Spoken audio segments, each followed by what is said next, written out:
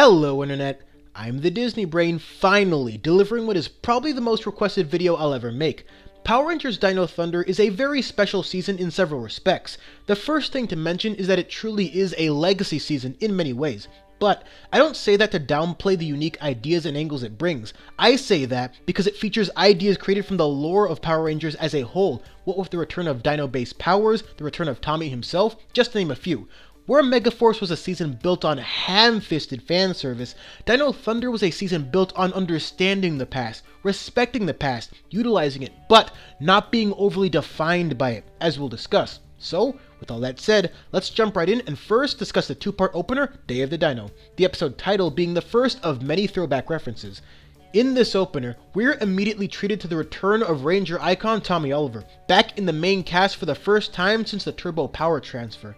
Here's the first thing of many things that Dino Thunder gets right. They don't just throw Tommy at us as a cheap way to lure in old school fans, no, they give him an effective backstory, which in turn gives him a real reason to be part of the current story. And they add depth by digging into his relationship with other characters, namely Anton Mercer, and it makes total sense that after his former place of employment literally blows up and then sinks, that he'd be forced into a more low-key profession. So, in a sequence of events that I can only call Breakfast Club, we meet our three main characters, who all get attention at the same time. But, as usual, we'll get to the characters a little bit later. So, Tommy decides to cancel detention if the trio can find some artifacts, so naturally, they fall into a sinkhole and discover three very important artifacts. This gives us our introduction to the unmorphed powers, which some people seem to have a problem with, even though it's not actually a problem. The idea of unmorphed powers aren't at all new. Trip and Katie from Time Force both had supernatural abilities they could call upon while unmorphed. Both Maya and Cole had an innate ability to connect to nature and communicate with non-human creatures. And, more to the point, the unmorphed powers here and in all those other cases are never abused to the point where they are ever on the same level as, or could ever take the place of, morphing. And yes, that same logic applies to SPD and their powers as well.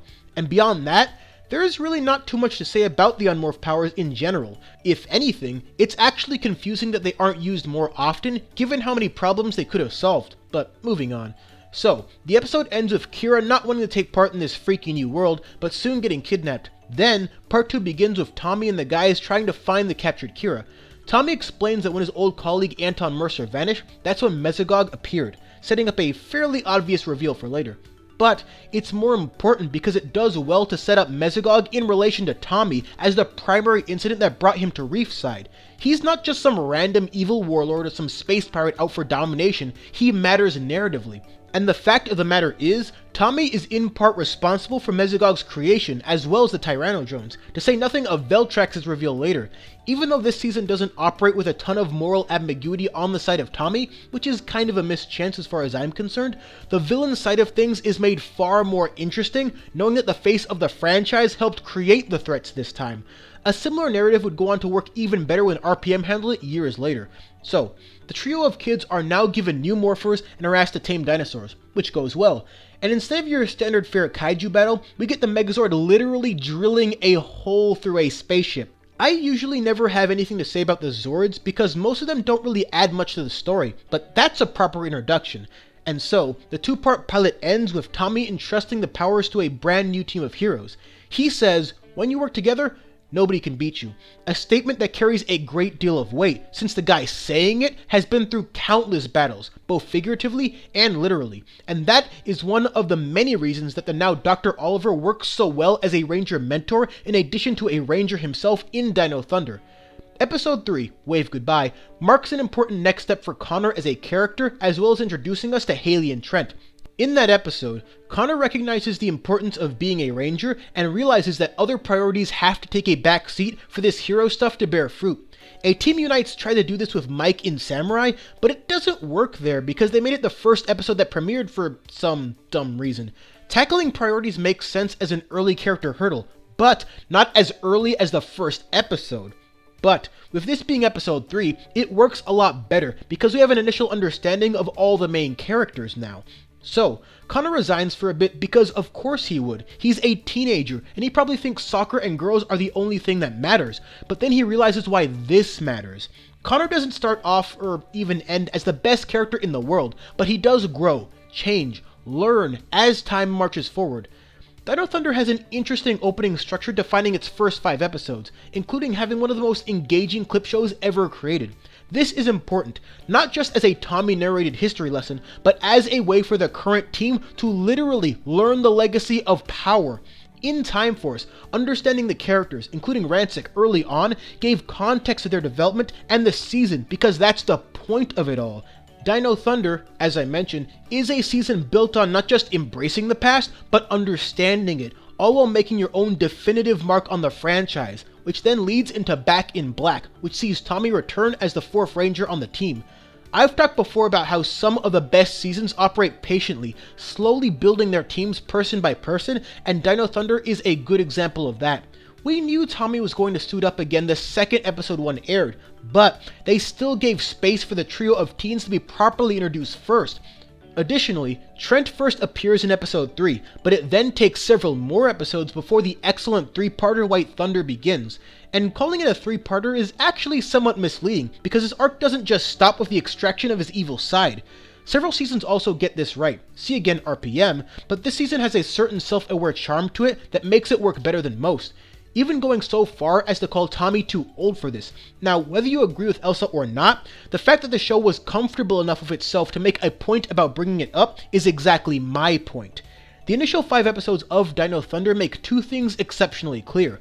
1. That this season was looking to balance being its own unique entry in the series with being an entry predicated on the past to some degree, and 2. That if nothing else, it was damn sure going to succeed in carrying out point 1. Dino Thunder is not lazy, it's not pandering, and it doesn't offend your intelligence by barely offering you anything in the way of plot progression or real growth. Its referential nature doesn't hurt it, it helps it, and that's exactly what a legacy season needs to get right. And now, let's discuss the characters and how they fit into everything. Kira Ford is someone I've called one of the most uniquely realized Rangers in history, and I stand by that. Her musical acumen and punk rock aesthetic is unlike anything we've seen before or since. But it really works for this reason. It's kind of a good time capsule. I don't know for sure if Rangers took inspiration from an on-the-rise Canadian musical star to create the character of Kira, but it sure feels like they might have. The Mighty Morphin Power Rangers were very much a product of their time, from the goofiness to the fashion sense to the priorities and actions of the characters thereof. In that same vein, Dino Thunder is also a product of its time by introducing 3 teens also with attitudes, but with very different ones. You could find characters like Ethan and Connor in most recent time periods, so I think Kira symbolizes this early 2000s era best, and she is also a great example of a non-traditional hero type who is forced to change for the better because she's called upon to do so. Both her and Connor go through that, and it makes sense because they both have clearly defined priorities prior to becoming Rangers, and learning how important their job is fits right into the narrative of understanding the legacy of power, a legacy that includes a vast number of individuals who had to make those same sacrifices. Ethan is a fully realized geek, which I say fondly, of course, because I can relate to that. His character is more of a direct parallel to Mighty Morphin, given the fact that Billy, the former wielder of Triceratops' power, was also the brains of the group. Ethan doesn't prove to be as useful as Billy was, but Dino Thunder really allows him to be, which is to say, between gaming competitions and his at times sarcastic tones towards people he deems less bright, they do a great job at nailing what this kind of character would act like. He's a fairly standard Ranger, but as I constantly emphasize, he's a better character, and that's more important. There's not really a ton to say about him, he just really works in this setting, given everything he is and proves to be, and everything he has to deal with because of that, including bullying. Ethan, for me, proves to be one of the better Blue Rangers out there. Connor is by no means a brainy individual, which Ethan loves to point out at various times. And he's also not exactly the best person either, but as I mentioned, he does learn and grow along the way. There's a subtlety in the way he becomes somewhat more mature as the season progresses, and if you don't include the physical transformations of the Mercer men, he might actually be the most developed character here. That makes sense with him being the Red Ranger on this team, but with Tommy around, Connor could have easily turned into Rocky 2.0 and had little to no impact on the story. He doesn't fall into that trap, but even when it's all said and done, it would be a stretch to call him a top 10 Red Ranger. but since that field is pretty stacked anyways, that's not really a knock against him. He's good, but because of Tommy's commanding presence as not just a ranger, but the ranger, Connor always struck me as having more of a Green Ranger characterization than a Red most of the time. He does have flashes of really good leadership, but it's never enough to confuse him with the likes of Wes Collins, who also starts in a less powerful position, but becomes more of a co-captain and a true leader later on. For as much as I like Connor and what he did and what he brought to the season, I wouldn't ever say he took that kind of step forward. But I also don't think that's a huge issue, since the storylines and structure of Dino Thunder do a lot of the heavy lifting here. Before we get to the other main characters, I wanted to briefly discuss the importance of Cassidy Cornell.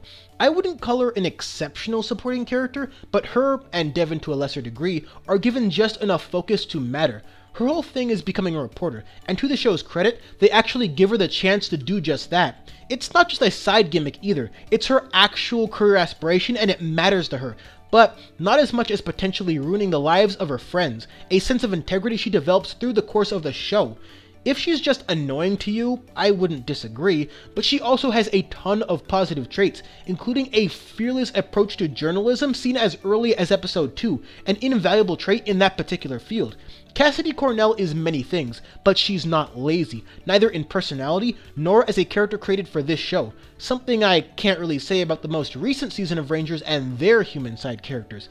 And what other pair do we know that originally wanted to expose the Rangers, but then, through their development, ended up doing right by them? Exactly. But again, Cassidy and Devin are their own characters, and surprisingly strong ones at that. With Trent Mercer, we get the Dino Thunder equivalent of the game-changing Green with Evil saga that stands as one of the best aspects of the original season. And again, we see the theme taking shape of understanding the past, but also making your own present. Trent's struggles are interesting because they are inherently different than what Tommy struggled with back in the day. Tommy was under Rita's spell, pure and simple, but with Trent, it was more of a Jekyll and Hyde psychological horror, which forms a natural parallel to his father, who has the same type of duality going on with him and Mesagog, and from this stems a sickness in Trent, a desperation. He doesn't want to hurt anyone, but he has no control over when and how the evil White Ranger powers manifest, which then gives Kira the vital responsibility of confidant, someone who Trent trusts and can hopefully help him. Of course, things don't go that smoothly, and it's only after Anton Mercer himself finds a reprieve from mutant dinosaur mode that he's able to save Trent before he could be killed. The interesting thing about the Mercer men is how their arcs are almost complete parallels of each other, but it works, because Trent finishes that arc first, thus allowing him to now be his father's backbone for trying to overcome Mesagog's control, just as Trent found a way to control his Ranger powers. Allow me to briefly deviate from the topic at hand to say that I don't think fathers in Power Rangers are given nearly enough credit. When they are presented as vital side characters, they almost always work to the benefit of the season. From Mr. Collins to Colonel Truman, and even Captain Mitchell to an extent, fathers, and more specifically, the relationship they have with their Ranger kids, is one of the most underappreciated aspects of the great stories this franchise has been able to tell. Unfortunately, the only maternal representative on that level is Udana, and that detail didn't add much, if anything, to Mystic Force. To speak more on Mesagog as a villain, I think he represents one of the rare cases where his design matters, and that's because he is very much a product of the genetic tampering Tommy and Anton worked on. It's similar to how Rancic's design matters because he's a product of the genetic imperfection that his time has almost completely weeded out. And even though Mesagog looks physically powerful, he's more of a psychological villain, often using mental abilities and various technologies to punish his underlings and his enemies, which makes sense because it was scientists that brought him to life, one of which he shares a mind with most of the time. I wouldn't call Mesagog an S-tier villain, but he's certainly better than most, and interestingly enough, he loses for good after he loses control. In the season finale, he goes full monster mode instead of operating in the calculated way he did before then, and that fits well because it's only after he separates from Anton, a smart and fairly controlled guy as a human, that his temperament starts becoming more erratic, literally tossing his humanity aside for savagery. It doesn't have the same weight as Trakina going insane before her defeat, but it does make some sense that a mutant dinosaur would only lose after essentially becoming more of a dinosaur and less of an evil genius. Getting back to Trent, as I mentioned before, his arc doesn't just end with his release from evil. He still has to face his worser half and deal with constant mistrust issues from his team stemming from his past. And that's to say nothing of the trouble he gets into for keeping his father's truth from the team later on. Trent is a well-conceived character, and Jeffrey Perazzo does a good job playing a kid who balances being mopey with being a hero, and everything regarding his past, including his biological parents dying, makes sense in terms of how his character is presented now. A lot of added rangers are inherently more interesting because of the story focus they necessitate, and Trent is no exception. And again, he's no Tommy 2.0. His story can't even be confused with the original White Ranger arc, because the idea of mistrust that defines his character makes him almost in complete contrast to Tommy's quick fit on his first team, and all of the various character reactions to his developments are perfectly in line with who they are, thus adding more depth to each character he interacts with, especially Kira. And finally, we reach the legend himself, Dr. Tommy Oliver. I've said before that he works better here as a Ranger mentor than at any other point in his Ranger career, and the reason I say that is because now he does have a history and a backstory that Dino Thunder utilizes to great effect to drive several plot points. It's not just random kid with green tank top appears one day, it's the story of a scientist who was inspired by his former life as a Dragon Zord pilot to make Jurassic Park real or something.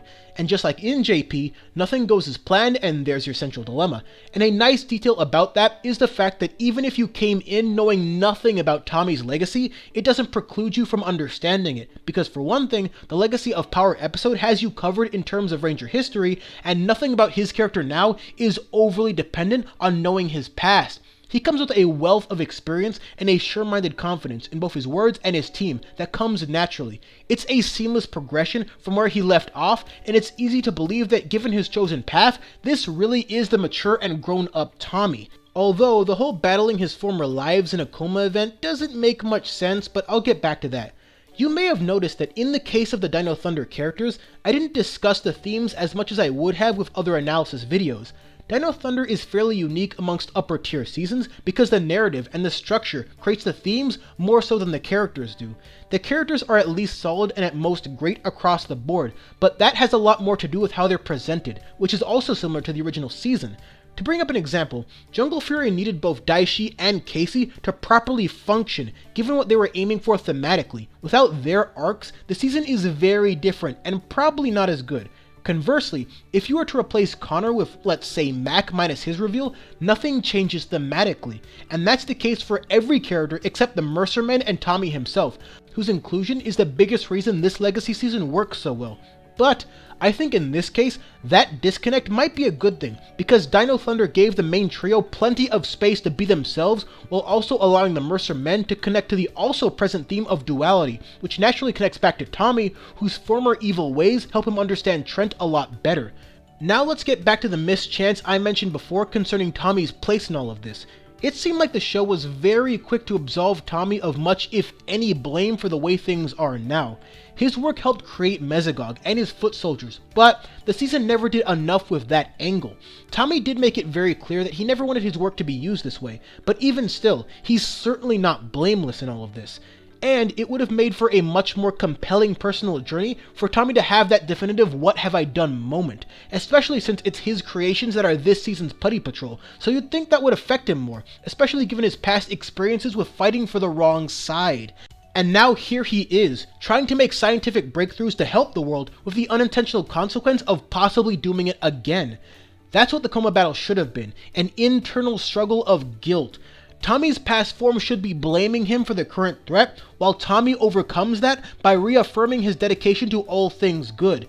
You wouldn't even have to change the story progression to that point, because maybe Tommy was just repressing his guilt until it took subconscious form in his dreams. There was no reason to have Tommy's fight for his life be a fight against his old Ranger forms, except that it creates cool visuals to bring them all back with unique color palettes and have all of them together in the end. But it could have been more than that. This season doesn't have a ton of noteworthy flaws, but I would say this is one of them. At the end of the day, the face of the franchise isn't perfect. Nobody is, not even Carter, so if Dino Thunder had utilized Tommy to better convey how understanding your mistakes and working through them are positives, then we've got an even better season than this already great one. To bring up RPM one more time, that season would not have been the same without that angle defining Dr. K's character, and I feel like it wouldn't have been too hard to better incorporate it here.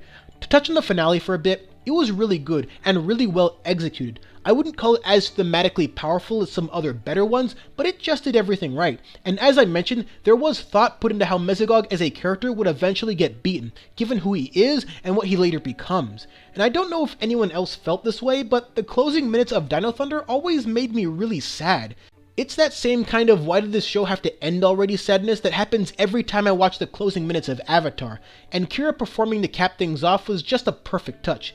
It confirms for me that I just watched a great team, a great season, and a great show.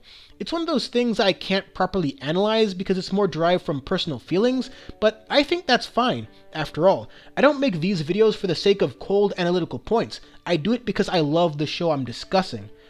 All in all, Dino Thunder is a great season of Power Rangers, and it stands as the only great legacy season. It's a series that knew how to use the past to facilitate the present, not through gimmicks or forced cameos, but through great storytelling, a great sense of humor, and an exceptional understanding of itself.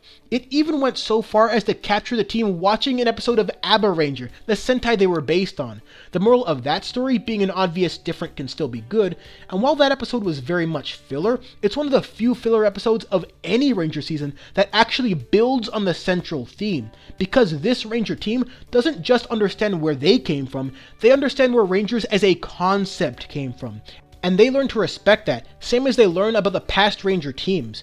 If there was ever a season constructed by people who love Power Rangers and everything it is and represents, it's this one. The theme song says it best: with the force of ages, centuries gone by. Because in point of fact, this franchise does occupy 2 centuries. This team is a force made of distinct ages, and with that comes an expansive history that helps mold these Rangers into heroes.